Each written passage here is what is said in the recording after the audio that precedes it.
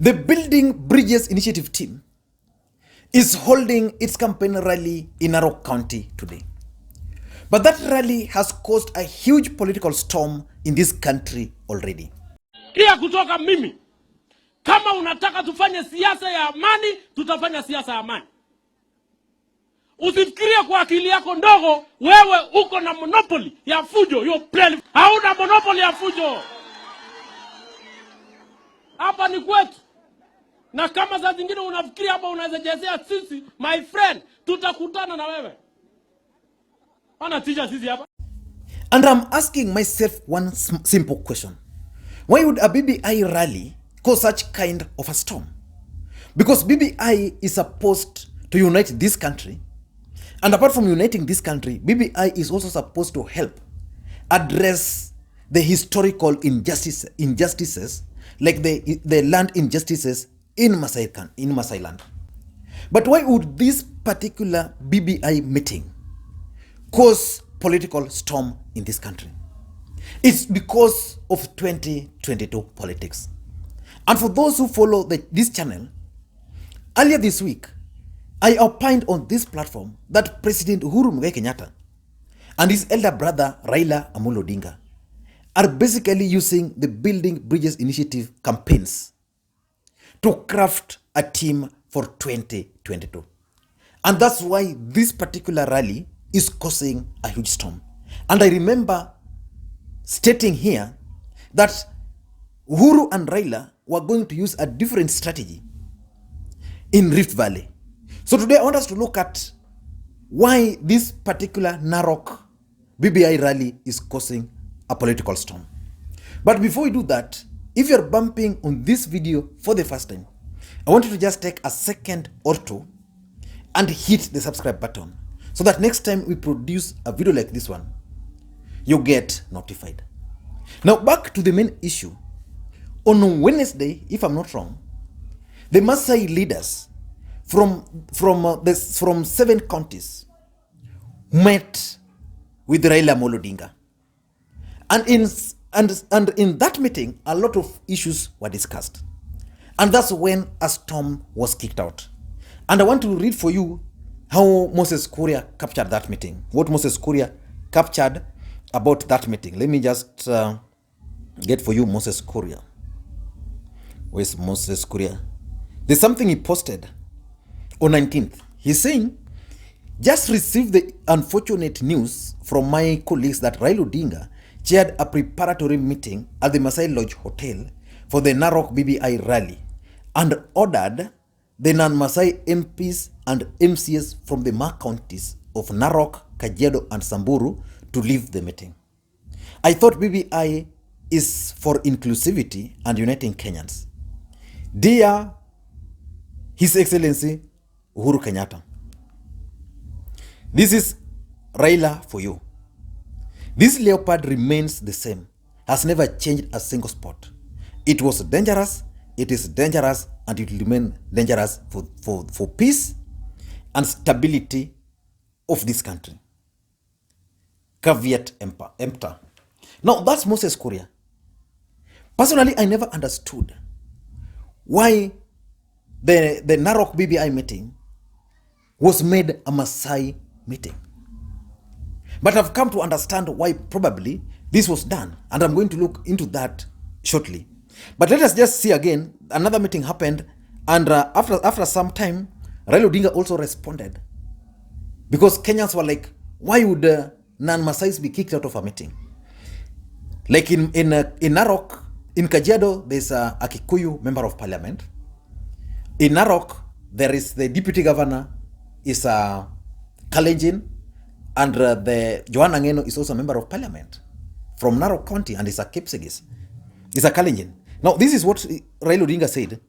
Tomorrow, February 21st, Narok County will host the 5th BBI Public Consultative Forum in Narok Town, starting with a delegates meeting, followed by a public rally the next day. That was yesterday. There was a consultative meeting. For those who follow the BBI rallies, that's how they've always been organized. A day before the main meeting, there's a meeting consultative.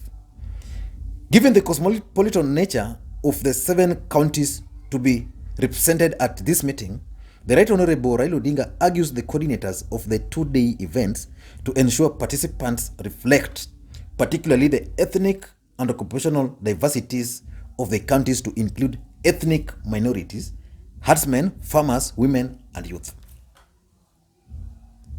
But something very interesting happened yesterday. During yesterday's meeting, the Kalenjin leaders, led by Johanna Ngeno and the deputy governor for Narok, stormed out of that meeting. And this is what they had to say before storming out. After an advanced consultation with several people, including the Right Honorable Raila Odinga, including even the President himself, they asked us to attend this particular meeting, and they assured us that we are going to be comfortable, that they were going to give us support, that we are going to be heard, that our proposals are also going to be taken. Unfortunately, we arrived in that meeting. First, we were not even recognized as members of this county. Secondly, we were even asked not to sit.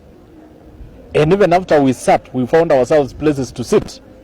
People tuned the language from the national language, which is English and Kiswahili, and started speaking Kimasai language. We made desperate moves, asking the governors who were actually moderating the meetings to help us tell these people to make a presentation in a language that we can all understand. But that was in futility. One of the issues people were complaining about is that most of us who are from other communities who are not Masais should not contest for any position, from MCA, from MP. That even areas like Murwadigir, the contestant should be a Masai, imported from elsewhere. That is colonial thinking. One of the issues also they raised is that no one should hold any piece of land less than 5 acres. Some of us live in 1 point, and we are happy. And then Moses Kuria again, posting something. I know why I'm choosing on Moses Kuria. Moses Kuria is saying, I note with relief and satisfaction the statement issued by Raila Odinga clarifying that, no, not that one after that. Now, Moses Kuria was posting yesterday, I thank the organizers of the BBI rally in Narok for calling off the event. It is clear that following what happened in Narok today, this would have not ended very well. Better to err on the side of caution. So yesterday, the allies of the deputy president embarked on a propaganda that this particular meeting had been called off. But that was not the case. Now, let me just read for you, before I go into those finer details, another statement which was issued by Ledema Olekina. He was actually responding to Moses Kuria. And he's saying, I just came across a post by Moses Kuria, which is nothing short of kicks of a dying horse. Kuria, why do you guys like peddling lies? You know the problem with you guys is that you can't handle the truth. When Uhuru held a meeting in Sagana and addressed it in Kikuyu, no one complained. When Ruto invited his tribesmate to Weston Hotel to discuss Kalenjin issues, it's no big deal. But when Raila Odinga held a meeting with Maasai leaders to reconcile them, it's a crime. Kenyans are not stupid, neither are they naive. The truth is that Manje, no, that's the Kikuyu member, the Kajiado North, Manje MP Kajiado North held a parallel meeting at the Smith and through Trandram because Ledama Olekina said Maasai issues are better articulated by Maasai leaders and that Manje can get audience in Mount Kenya, which I can't. Naked truth. What is dangerous is if Kenyans believe your lies. Now that's Olekina. And I ask myself another simple question. Is there any problem if Maasais were to meet to discuss their own issues? Is there a problem? I don't think there's a problem with Maasai leaders meeting. I know Luo leaders meet. I know Kalenjin leaders meet. I know the Kikuyu leaders meet very frequently, even coastal leaders. But let us look at this from the BBI perspective. BBI is not supposed to be that tribal, in my view. But the Maasai leaders are just within their rights to push for the agendas of the Maasais. If, for example, the BBI meeting is being held in Narok County, I strongly believe that all Narok leaders, including Johanna Ngeno, should be allowed to attend those meetings. But if this was supposed to be a Maasai meeting, then it ought to have been stated like that, which I think is what happened. Because when Raila Odinga met these guys, they agreed that they were going to bring all the Maasai leaders from the 7 counties. I don't know those 7 counties in total, but I know the Maasais, they have the Narok, they are in Kajiado, no, they are in Narok, they are in Kajiado, they are in Baringo, there's Maasais in Baringo, there are Maasais in Laikipia, I think there are Maasais in Samburu. I'm not getting the 2 other places where we have Maasais.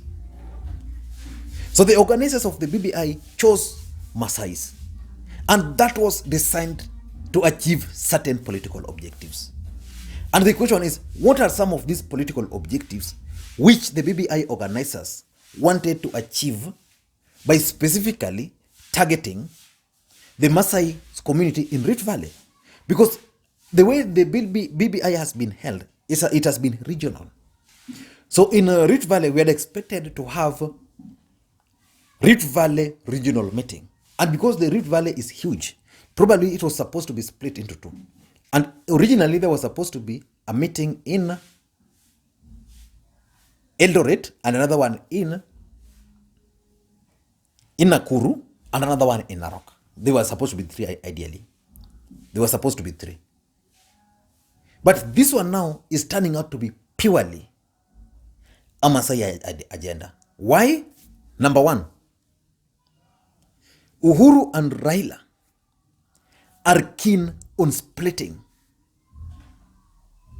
Uhuru and Raila are keen on splitting the Rift Valley votes. And they are going to do that. What is now happening, because you saw yesterday and even today, the challenges are going to really hit at this BBI meeting. But this BBI meeting has united the Maasais. Who is the governor for Narok? A very close ally of the deputy president. But for the first time, he has been able to reconcile with the rest of the Maasais, to an extent that his deputy is now pulling out in a different direction. And let us just go to the statistics which were released the other day, yesterday by the Kenya Bureau of Statistics. In that statistics, the population of Maasais in the last 10 years increased by 47%. That's ridiculous. So Maasais are currently 1.19 million. Do you trust that? Now, I don't want to go into the details about that particular census report because there's a lot of figures which are being flown there. But the mere fact that the Maasais their population increased by 47% shows that the system wanted to create a narrative that Maasais are a substantial number in Rift Valley. As a matter of fact, they are, because in the whole country, they are number 10. So if these guys can be consolidated into a corner, that's politics for you. Number 2, I think these guys also wanted to fight this narrative that BBI is not acceptable in Rift Valley. The Narok rally is happening. And the way I know Maasai is going to be big. That rally is going to be big. But where is Narok? Narok is deep in Rift Valley. So there's no Rift Valley leader who will stand and say that the BBI was never in Rift Valley. Nobody will say that. You can only say that the BBI was not in Kalenjin, for example. But a strategy is also being crafted to make sure that it's also it's also held in Rift Valley. So basically, the issue of acceptability in Rift Valley has been debunked. Number 3 is what I can call the historical land injustices. We all know that Maasais have have been fighting the historical land injustices which is affecting them to date. And these injustices were caused during colonial period, but they were never addressed. As things stand today, the Maasais have lost Kajiado. They're losing Kajiado. If you go to Kitengela, it's no longer Maasai. It's purely a cosmopolitan city. That's exactly what happened in Nairobi, because Nairobi, they are also claiming. Narok, what's happening in Narok? There are huge tracts of lands there. People with money purchase those lands, and then they subdivide and sell. To which people? To Luos, to Kikuyus, to Kisis, to Kalenjins. What is the net impact? They cannot elect their own leaders. That's why when you are in Narok and you are a Maasai, chances of you winning is so high as a governor. But you must have a Kalenjin as a running mate.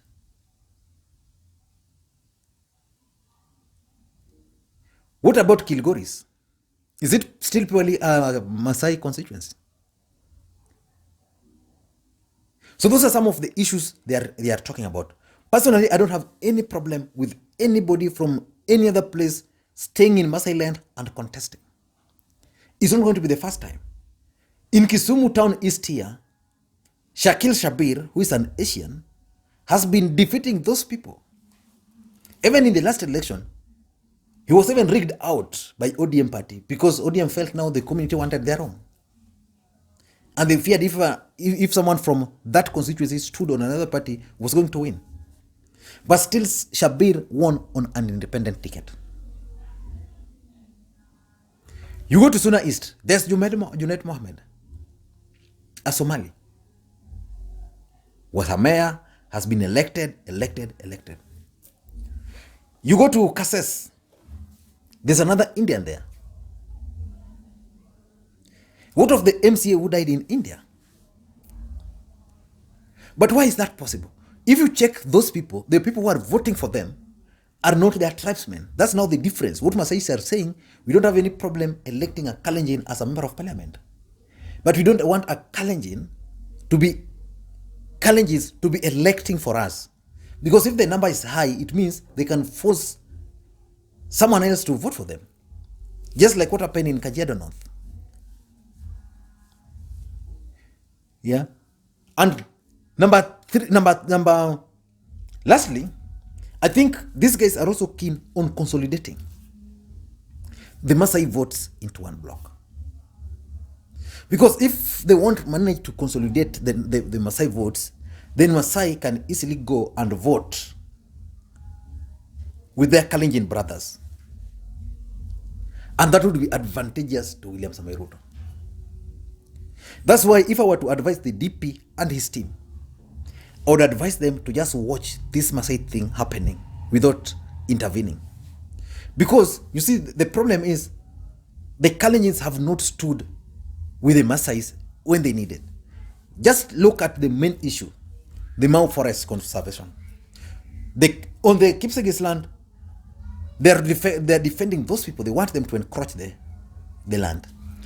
On the other side, the Maasais, they don't want them to encroach on the land. So that's basically a divide. So if you were to advise the DP, I would advise him to just advise his team to relax. Because this BBI thing is going to come, it's going to pass. But the moment the team will start speaking at those Maasais, like the way they keep on attacking now Olekina. Olekina is becoming a hero. He's being viewed as another Olentimama. And Maasais will support him. If anything, this guy won because of the Maasais. Maasais really voted for him. I don't know what you think. But in my view, the BBI meeting in Narok should worry one man called William Ruto. Because I want to wanampangia. Thank you guys. And if you are watching this video for the first time, I want you to take a second or two and hit the subscribe button so that next time you produce a video like this one, you get notified. And to the subscribers, I want to continue thanking you guys for your continued support. Because without that support, this channel will not be here. Yesterday, I didn't produce any video. If I show you my WhatsApp messages, how people were asking me, what's happened, what's happened? But yesterday, I went to the village. I just went to relax a bit. But I'm now back. Thank you guys. And just the request I always make, one request, help me create interactions. You can only do that by clicking thumbs up or thumbs down. Thumbs up if you like the video, thumbs down if you don't like the video. So it helps me understand the content, whether it's good or whether it's bad. The best is to leave your comment. Thank you guys, and please may you have a good day. Bye-bye.